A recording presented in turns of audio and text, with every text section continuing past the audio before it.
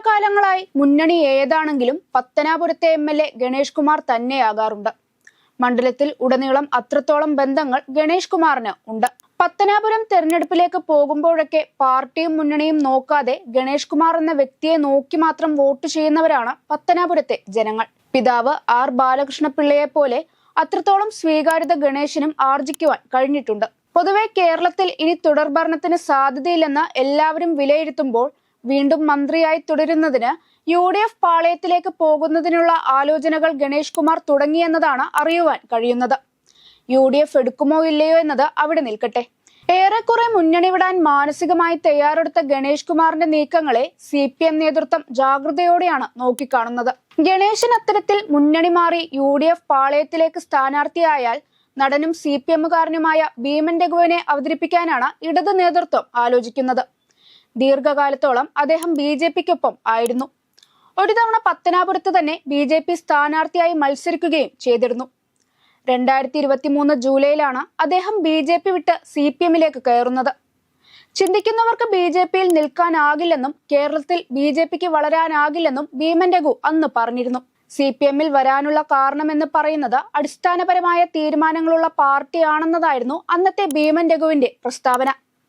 മൂന്നാമതും പിണറായി വിജയന്റെ സർക്കാർ വരുമെന്നും അതിൽ യാതൊരു തർക്കവുമില്ലെന്നുള്ള ആത്മവിശ്വാസവും അദ്ദേഹം പ്രകടിപ്പിച്ചിരുന്നു. CPMൽ എന്റെ ചുമതല എന്താണെന്നറിയില്ലെന്നും പിണറായി വിജയൻ എന്ന ശക്തനായ വ്യക്തിക്കൊപ്പം പ്രവർത്തിക്കുന്നത് അഭിമാനമാണെന്നും അദ്ദേഹം പറഞ്ഞിരുന്നു. ചുമതല എന്തെന്ന് പോലും അറിയാത്ത ഭീമൻ രഘുവിനെ തേടിയാണ് പത്തനാപുരത്തെ സ്ഥാനാർത്ഥിത്വം വരാൻ പോകുന്നത്. സംസ്ഥാന ചലച്ചിത്ര പുരസ്കാരദാന ചടങ്ങിൽ മുഖ്യമന്ത്രിയുടെ പ്രസംഗം മുഴുവനും ഭീമൻ രഘു എഴുന്നേറ്റ് നിന്ന് കേട്ടത് സമൂഹ മാധ്യമങ്ങളിലടക്കം വലിയ ചർച്ചകൾക്ക് വഴിവെച്ചതായിരുന്നു. വേദിയിൽ എഴുന്നേറ്റ് നിന്നത് മുഖ്യമന്ത്രിയോടുള്ള ബഹുമാനം കൊണ്ടാണെന്ന് പിന്നീട് അദ്ദേഹം പറയുകയും ചെയ്തിരുന്നു. അച്ഛനോടുള്ള സ്നേഹം മുഖ്യമന്ത്രിയോട് തോന്നിയെന്ന ഒരു പടിക്കുകൂടി അപ്പുറത്തേക്ക് ഭീമൻ രഘു അന്ന് പറഞ്ഞു വെച്ചിരുന്നു. അന്ന് മുഖ്യമന്ത്രിയുടെ പ്രസംഗം കഴിഞ്ഞപ്പോൾ പുഞ്ചിരിയോടെ നല്ലൊരു കയ്യടിയും നൽകിയാണ് ഭീമൻ രഘു കസേരയിലിരുന്നത്. CPMലേക്ക് അംഗത്വം സ്വീകരിച്ച ശേഷം അന്ന് താരം AKG സെന്റർ സന്ദർശിച്ച ശേഷം പുറത്തിറങ്ങിയത് ചെങ്കൊടി പുതച്ച് സഖാക്കളെ മുന്നോട്ടെന്ന ഗാനം ആലപിച്ചുകൊണ്ടായിരുന്നു. BJP വിട്ട് CPMൽ എത്തിയ ശേഷം താനൊരു കടുത്ത ഇടതുപക്ഷ അനുഭാവിയാണെന്ന് ദിനം തോറും തെളിയിച്ചുകൊണ്ടിരിക്കുകയാണ് ഭീമൻ രഘു. ഭീമൻ രഘു പ്രധാന കഥാപാത്രമാകുന്ന ചിത്രമാണ് മിസ്റ്റർ ഹാക്കർ. ഈ ചിത്രത്തിന്റെ പ്രചരണത്തിന് അദ്ദേഹം എത്തിയത് CPMന്റെ പാർട്ടി കൊടിയുമേന്തിയാണ്. ഇതും സമൂഹ മാധ്യമങ്ങളിൽ വലിയ തോതിലുള്ള ട്രോളുകൾ നിറയുന്നതിന് വഴിയൊരുക്കി.